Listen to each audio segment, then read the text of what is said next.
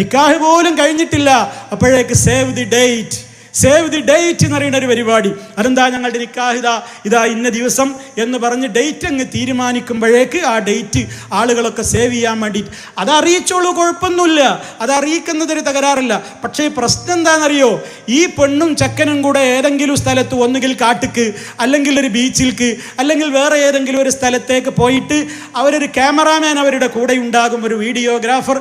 അയാൾ പറയും പോലെ ഇവൾ ആടണം, ഇവൾ ഓടണം, ഇവർ പാടണം, അതുപോലെ തന്നെ ഇവൾ ആക്ഷൻ കാണിക്കണം, ഇവൾ കെട്ടിപ്പിടിക്കണം, ഇവൾ ചുംബനമർപ്പിക്കണം, ഇവൾ കുഴഞ്ഞു നിൽക്കണം, അങ്ങോട്ട് നോക്കണം, ഇങ്ങോട്ട് ചെരിയണം, ചുണ്ട് ഇങ്ങനെ പിടിക്കണം, കണ്ണ് ഇങ്ങനെ അടക്കണം. ഈ നിർദ്ദേശമൊക്കെ ഈ വീഡിയോഗ്രാഫറുടെ നിർദ്ദേശം അനുസരിച്ച് അതങ്ങനെ ചെയ്യാണ്. എന്നിട്ടൊരു സ്വകാര്യമായിട്ട് അവൻ കാണണോ? അല്ല, ഇതിവിടെ ഇൻസ്റ്റാഗ്രാമിലും ഫേസ്ബുക്കിലും ഒക്കെ പരസ്യമായിട്ടാണ്. അങ്ങനെ ഒരുപാട് ആളുകൾ ഇവളുടെ സേവ് ദി ഡേറ്റ് പ്രോഗ്രാം അതിങ്ങനെ കാണുക. നിക്കാഹ് കഴിഞ്ഞോരും ഉണ്ട്. കഴിഞ്ഞോരാകുമ്പോൾ പറയും ഞങ്ങൾ നിക്കാഹ് കഴിഞ്ഞതല്ലേ, പിന്നെന്താ? കഴിഞ്ഞെങ്കിൽ നിങ്ങളുടെ ബെഡ്റൂമിലാടോ, അത് നിങ്ങളുടെ വീട്ടിന്റെ സ്വകാര്യതയിലാടോ കെട്ടിപ്പിടിക്കലും വാരിപ്പുണരലും ചുംബനമർപ്പിക്കലും മറ്റു കേളികളുമൊക്കെ അത് അവനവന്റെ ബെഡ്റൂമുകളിലാണ്. അത് നാട്ടുകാരുടെ മുമ്പിൽ ചെയ്തുകൊണ്ട് അത് ഇൻസ്റ്റാഗ്രാമിലും അതുപോലെയുള്ള സ്ഥലങ്ങളിലും പോസ്റ്റ് ചെയ്യാനുള്ളതല്ല. ഇതെന്റെ പ്രിയപ്പെട്ട സഹോദരങ്ങളെ, നിങ്ങൾ മനസ്സിലാക്കണം. അള്ളാഹുവിന് വെറുപ്പുള്ളൊരു കാര്യം, ഏറ്റവും റബ്ബ് തരുന്ന ഒരു കുട്ടിയുടെ കല്യാണം, ഒരാണിനൊരു പെണ്ണിനെ കിട്ടുന്നു, ഒരു പെണ്ണിനൊരാണിനെ കിട്ടുന്നു എന്ന ഘട്ടത്തിൽ ഇത്തരത്തിലുള്ള അനിസ്ലാമികമായ കാര്യങ്ങളിലേക്ക് നമ്മൾ പോവുകയാണെങ്കിൽ സഹോദരങ്ങളെ, എങ്ങനെയാണത് അനുകൂലിക്കാൻ പറ്റുക? എന്ത് നടന്നാലും നമ്മളിങ്ങനെ മാറി നിൽക്കുക, എന്താപ്പം ചെയ്യുക? അപ്പോഴത്തെ കുട്ടികളൊരു കാര്യമല്ലേ എന്ന് പറഞ്ഞിട്ട് ഉമ്മമാരൊക്കെ പോയി ചിരിച്ചു കൊടുക്കുക, പങ്കെടുക്കുക. പെണ്ണിനങ്ങോട്ട് കൊണ്ടുവരുന്ന കോലം കണ്ടാലോ, അതിങ്ങനെ മേക്കപ്പിനൊക്കെ എത്രയോ സമയങ്ങൾ. അന്നത്തെ നിസ്കാരം ഉണ്ടോ? ഏത് വിധത്തിൽ നിസ്കരിക്കും? അത് പല ആളുകൾക്കും അന്ന് നിസ്കാരം തന്നെയല്ല. കാരണം 10,000, 25,000, 50,000 ലക്ഷത്തിൻ്റെ ഒക്കെ പുട്ടിയാണ് അടിച്ചിട്ടുള്ളത്. ഇതൊക്കെ പണ്ട് ഉതുടുത്താണ് പോവില്ലേ? ഇതെങ്ങനെ നിസ്കരിക്കാനാ? എപ്പോൾ തുടങ്ങണം ഈ നൃത്തം? ആ കുട്ടി എത്ര നേരം നിൽക്കണത്? എപ്പോഴാ ഇത് അവസാനിപ്പിക്കുക? വരുന്നവരൊക്കെ മുമ്പിൽ ചിരിച്ചു കൊടുക്കണം, വരുന്നവൻ്റെ ഒക്കെ കൂടെ ഇരിക്കണം. പിന്നെയോ അതിൻ്റെയൊക്കെ മുമ്പേ അതാ ഹൽദി കല്യാണം, അതാണ് മഞ്ഞൾ കല്യാണം. പിന്നെ വരുന്നു അത് മൈലാഞ്ചി കല്യാണം, അതാണ് മെഹന്തി. ഹൽദി, മെഹന്തി, പേരൊന്നും കേരളീയ പേരല്ല. അപ്പോൾ വന്നതൊക്കെ എവിടുന്നാന്ന് മനസ്സിലായില്ലേ? അങ്ങനെ എല്ലാവരും അന്ന് മഞ്ഞൾ തേച്ച് പെണ്ണിനെ സുന്ദരിയാക്കുന്നത്, അങ്ങനെ കുറേ ആചാരങ്ങൾ, അങ്ങനെ മഞ്ഞക്കല്യാണം. അത് കഴിഞ്ഞാൽ പിന്നെയോ മൈലാഞ്ചി കല്യാണം എന്ന് പറഞ്ഞിട്ട് പെണ്ണിൻ്റെ ഇത്തിരി പോകുന്ന കയ്യിൽ എല്ലാവരും കൂടി ഒരു ഈർക്കിലിക്കോലും ഒരു ഇത്തിരി മൈലാഞ്ചി എടുത്ത് അയിമെന്ന് വെച്ച് കൊടുത്ത്, അതിനൊരു ഒരു ചെറിയൊരു കൽക്കണ്ടം കയ്യിൽ വെച്ച് കൊടുത്ത്, അത് ഇങ്ങോട്ട് കൊടുത്ത് അങ്ങോട്ട് കൊടുത്ത് എല്ലാം വരുന്നവരൊക്കെ ഈ കുട്ടിക്ക് മൈലാഞ്ചിട്ട് കൊടുക്കുക, അതിങ്ങനെ ക്യാമറയിൽ പോസ്റ്റ് ചെയ്യുക, അതെന്നിട്ട് സമൂഹത്തിലേക്ക് ഇങ്ങനെ കൊണ്ടുപോകുക. അതുപോലെ തന്നെ വിവാഹത്തിൻ്റെ അന്ന് പെണ്ണും ചെക്കനൊക്കെ ഒരുങ്ങി അതിനിങ്ങനെ ഈ പല്ലക്കിലൊക്കെ ആനയിക്കുന്നത്. പെൺകുട്ടികൾ 4 ആൾ അല്ലെങ്കിൽ കുറേ പെണ്ണുങ്ങൾ ഇങ്ങനെ 4 കാലും ഇങ്ങനെ പിടിച്ചിട്ട് അവർ മേലാപ്പൊക്കെ ഉണ്ടാക്കിയിട്ട് അതിൻ്റെ ഉള്ളിൽ ഇങ്ങനെ നിന്ന് ഈ പെണ്ണിനെങ്ങനെ, പെണ്ണൊക്കെ ആകെ ഇങ്ങനെ മുഖം മൂടിയിട്ടുണ്ട്. മുഖം മൂടി എന്ന് പറഞ്ഞാൽ നമ്മളെ നിഖാബൊന്നും അല്ലട്ടോ. ആ മുഖം മൂടിയൊക്കെ ഒരു സ്പെഷ്യൽ മുഖം മൂടിയല്ലേ. ഇതൊക്കെ സോഷ്യൽ മീഡിയയിൽ എമ്പാടും ഇല്ലേ, അതൊക്കെ ആർക്കും കാണാൻ പറ്റും. അങ്ങനെ അതുകൊണ്ട് അങ്ങനെ ചെന്ന് ഈ പാട്ടും താളങ്ങളും എല്ലാം ഇങ്ങനെ നടന്ന് ആണുള്ള ആ സ്റ്റേജിലേക്ക്, അവിടെ ഒരുപാട് അന്യാണുങ്ങളുണ്ട്, എല്ലാവരുടെയും ഇടയിലേക്കാണ് കയറി ചെന്ന് ആ ചങ്ങാതി ആദ്യമായിട്ട് ഇവളുടെ മുഖത്തിന് ഇതിങ്ങനെ നീക്കി കൊടുക്കുന്നു. അപ്പോഴേക്കത് ശരിയായില്ല, ക്യാമറ കിട്ടിയില്ല. അപ്പോഴേക്ക് ഒന്നും കൂടെ ക്യാമറമാൻ ഒന്നും കൂടെ നീക്കാൻ പറയുന്നു. എന്നിട്ട് അങ്ങനെ ഇങ്ങനെ കൈ പിടിച്ച് അങ്ങോട്ടും ഇങ്ങോട്ടും എന്തൊക്കെയാണ് സഹോദരങ്ങളെ നടന്നു വരുന്നത്? ഇതൊക്കെ അനുവദിക്കാൻ പറ്റാവുന്ന കാര്യങ്ങളാണോ? ഇതൊക്കെ അവർ ചെയ്യല്ലേ, നമ്മൾ എന്താ ചെയ്യുക? അതിനല്ലേ സഹോദര നിനക്ക് നിന്റെ കുടുംബത്തിൽ ചെയ്യാൻ പറ്റൂലേ? എൻ്റെ കുടുംബത്തിൽ എനിക്ക് ചെയ്യാൻ പറ്റൂലേ? അത്രേ നമ്മൾ പറയുന്നുള്ളൂ.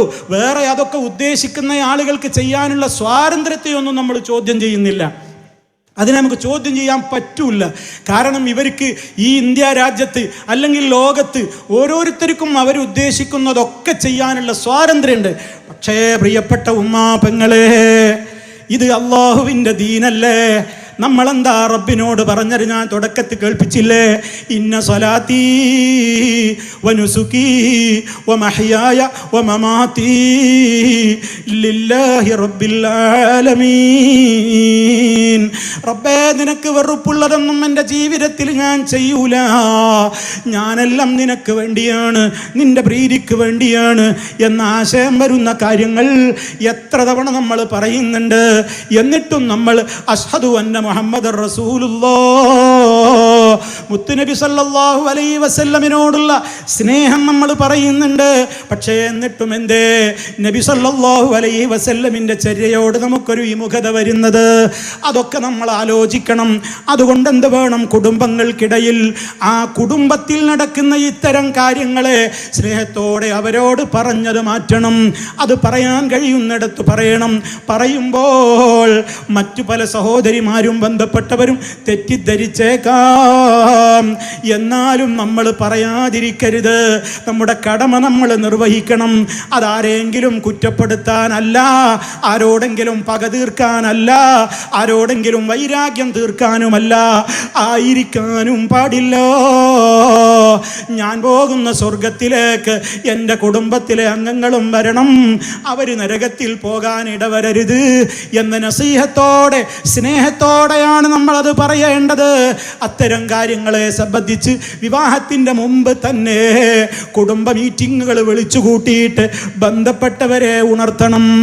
കാരണം അന്ന് നടക്കുന്ന കാര്യങ്ങൾ അന്ന് കണ്ടിട്ട് പറഞ്ഞിട്ട് കാര്യമില്ലല്ലോ. മുമ്പേ അത് പറയാനുള്ള കാര്യങ്ങൾ ഏർപ്പാട് ചെയ്യണം. എന്തെല്ലാം കാര്യങ്ങൾക്ക് വേണ്ടി ഒരു വിവാഹം തീരുമാനിച്ചു കഴിഞ്ഞാൽ രണ്ട് കുടുംബങ്ങളും ഒന്നിച്ചിരിക്കാറില്ലേ? പല കാര്യങ്ങളും ആലോചിക്കാറില്ലേ? അതിലൊരു അജണ്ട ഇങ്ങനെ ആയിരിക്കണം. പ്രിയപ്പെട്ട ഉമ്മമാരെ, പെങ്ങന്മാരെ, സഹോദരന്മാരെ, നമ്മുടെ കല്യാണം എങ്ങനെ നടത്തണം, അതിൻ്റെ A to Z വരെ ഇസ്ലാമിൽ അംഗീകൃതമായ റബ്ബിന് പൊരുത്തപ്പെടുന്ന കാര്യങ്ങളാണോ? അതേ നിങ്ങൾ നോക്കേണ്ടതുള്ളൂ. റബ്ബിന് പൊരുത്തമുള്ള കാര്യങ്ങളാണോ? അത് നോക്കിയിട്ട് നമുക്ക് അങ്ങനെ തന്നെ നടത്തണം എന്ന് രണ്ട് കൂട്ടരും തീരുമാനമെടുത്താൽ പിന്നെ അവിടെ അവൻ്റെ കൂട്ടുകാരി പറഞ്ഞിട്ടാണ്, കൂട്ടുകാരൻ പറഞ്ഞിട്ടാണ് എന്ന ന്യായത്തിനൊന്നും പിന്നെ പ്രസക്തിയില്ലല്ലോ. കാരണം പണം ചെലവാക്കുന്നത് നമ്മളല്ലേ, നമ്മുടെ വീടല്ലേ, നമ്മുടെ മോനല്ലേ, നമ്മുടെ മോളല്ലേ. നമ്മൾ മരിച്ചാലും നമുക്ക് വേണ്ടി പ്രാർത്ഥിക്കാനുള്ള മക്കളല്ലേ. അവർ കൂടെയില്ലാതെ സ്വർഗം ഓർക്കാനാകുന്നുണ്ടോ? തുടക്കത്തിൽ ഞാൻ ഓർമ്മപ്പെടുത്തിയില്ലേ, ദുനിയാവിൽ നല്ലൊരു കാഴ്ച കാണുമ്പോൾ എൻ്റെ ഭാര്യ, എൻ്റെ മക്കൾ, എൻ്റെ ഉമ്മ, എൻ്റെ ഉപ്പ കൂടെ ഉണ്ടായെങ്കിൽ എന്ന് കൊതിക്കുന്ന നമ്മൾ പരലോകത്ത് സ്വർഗത്തിലേക്ക് എത്തുമ്പോൾ ആ മനോഹരമായ സ്വർഗത്തിൻ്റെ ആ സുഖാസ്വാദനങ്ങൾക്കിടയിൽ നമ്മുടെ പൊന്നുമക്കളെ കാണാനായില്ലെങ്കിൽ, നമ്മുടെ ഇണകളെ കാണാനായില്ലെങ്കിൽ, നമ്മുടെ മക്കളെ കാണാനായില്ലെങ്കിൽ ആ സങ്കടം എവിടെ വെച്ച് തീർക്കാനാണ്? റബ്ബേ, ഒന്ന് മടക്കി തരാമോ എന്നതിനവിടെ ചാൻസ് ഇല്ലല്ലോ. അതുകൊണ്ട് കുടുംബങ്ങൾ ഇത് മനസ്സിലാക്കണം. ബന്ധപ്പെട്ടവർ നേരത്തെ തന്നെ ഒരു പ്ലാനിങ് ഈ വിഷയത്തിലൊക്കെ വേണം. ഒരു ദുരാചാരത്തിൻ്റെയും പിന്നാലെ നമ്മൾ പോകരുത്. ഇതാണ് എനിക്ക് ഈ അവസരത്തിൽ ഓർമ്മപ്പെടുത്തുവാനുള്ളത്. കല്യാണ ദിവസങ്ങളിലാണെങ്കിൽ അധിക സ്ത്രീകൾക്കും പുരുഷന്മാർക്കും നിസ്കാരവുമില്ല. നിസ്കരിക്കാൻ എങ്ങനെയാ ഇനിയിപ്പോ? അതൊക്കെ ഒന്നിച്ച് വീട്ടിൽ ചെന്നിട്ട് അങ്ങ് ഖളാ വീട്ടാന്നുള്ളൊരു നിലപാട് പലരും പറയാറുണ്ട്. ഇസ്ലാമിലില്ല കേട്ടോ. അതിനൊക്കെ അതിന് ബന്ധപ്പെട്ട നിയമങ്ങൾ വേറെയുണ്ട്. അതൊക്കെ പഠിച്ചു മനസ്സിലാക്കിയിട്ട് പെരുമാറണം. ഒരു വഖത്ത് നിസ്കാരം പോലും അനാവശ്യമായി അത് വിട്ടുകളഞ്ഞ അതിൻ്റെ ഭവിഷ്യത്ത് എത്രയാണെന്ന് നമ്മൾ ആലോചിക്കേണ്ടതുണ്ട്. തീർന്നില്ല സഹോദരന്മാരെ, വിവാഹത്തിൻ്റെ പന്തലിൽ എന്താണ് നടക്കുന്നത്? ഭക്ഷണം എത്രയാണ്? ഒരു മനുഷ്യന് കഴിക്കാനുള്ള ഭക്ഷണത്തിൻ്റെ 10-100 ഇരട്ടിയല്ലേ ഉണ്ടാക്കുന്നത്. ഓരോ ഇവന്റ് മാനേജ്മെന്റ് ഏൽപ്പിച്ചു കൊടുക്കുകയാണ്. അവരവരുടെ പരസ്യത്തിന് വേണ്ടി നമ്മുടെ വീട്ടിലെ കല്യാണം എങ്ങനെ നടത്തണം, എന്ത് ഭക്ഷണം ഉണ്ടാക്കണമെന്ന് ഈവന്റ് മാനേജുകളല്ല തീരുമാനിക്കേണ്ടത്. കാറ്ററിംഗ് സർവീസുകാരല്ല തീരുമാനിക്കേണ്ടത്. ബാപ്പയുണ്ടോ വീട്ടിൽ? ബാപ്പ തീരുമാനിക്കട്ടെ. ഉമ്മ തീരുമാനിക്കോ? നിങ്ങൾ തീരുമാനിക്കൂ. അതാണ് വേണ്ടത്. അങ്ങനെ അവർ പറയുന്നതൊക്കെ ചെയ്യേണ്ട, നിങ്ങൾക്ക് വേണ്ടത് ചെയ്താൽ മതി. ചോറ് തന്നെ എത്ര രൂപത്തിലുള്ള ചോറാണ്. മന്തി തന്നെ ഗൾഫിൽ എന്തൊക്കെ പേരിലുണ്ടോ അതിൻ്റെയൊക്കെ പേരിൽ ഇവിടെ മന്തിയാണ്. ബിരിയാണി പലതാണ്. ആടുണ്ട്, കോഴിയുണ്ട്, ചിക്കനുണ്ട്, മത്സ്യങ്ങൾ ഏതൊക്കെ മാർക്കറ്റിലുണ്ടോ അത് മുഴുവനുമുണ്ട്. കരിച്ചതുണ്ട്, പൊരിച്ചതുണ്ട്, വറ്റിച്ചതുണ്ട്, മുളകിട്ടതുണ്ട്. അതുപോലെ തന്നെ പലഹാരങ്ങൾ എത്രയുണ്ട്. പഴക്കുലകൾ, തട്ടുകടകൾ, ഐസ്ക്രീം ബാറുകൾ, അതുപോലെ തന്നെ ഒരു ചായ കുടിക്കണമെങ്കിൽ 10ഉം 15ഉം ഫ്ലേവറിലുള്ള ചായകൾ. ഇനി എല്ലാത്തിനും പുറമേ സ്വീകരിക്കാൻ താലപ്പൊലി ഏന്തിക്കൊണ്ട് അതേ പ്ലേറ്റും അതുപോലെ തന്നെ കിണ്ണവുമായി കൊണ്ട് സെറ്റി സാരി ഉടുത്ത പെണ്ണുങ്ങളാണ് കവാടത്തിൽ സ്വീകരിക്കാൻ. ആര് പഠിപ്പിച്ചു മുസ്ലിമേ? നിന്റെ വീട്ടിലേക്ക് വരുന്നവരെ സ്വീകരിക്കേണ്ടത് നീയാണ്. മാന്യമായി അവർക്ക് ഭക്ഷണം കൊടുക്ക്. തെണ്ടികളാക്കുന്ന സ്വഭാവം ഉണ്ടാക്കരുതേ. പ്ലേറ്റും പിടിച്ചിട്ട് അങ്ങനെ മണിക്കൂറുകൾ ക്യൂ നിർത്താൻ നിന്റെ വീട്ടിലോ ഓഡിറ്റോറിയത്തിലോ സൗകര്യമില്ലെങ്കിൽ സൗകര്യമുള്ള ആളുകളെ വിളിച്ചാൽ മതി.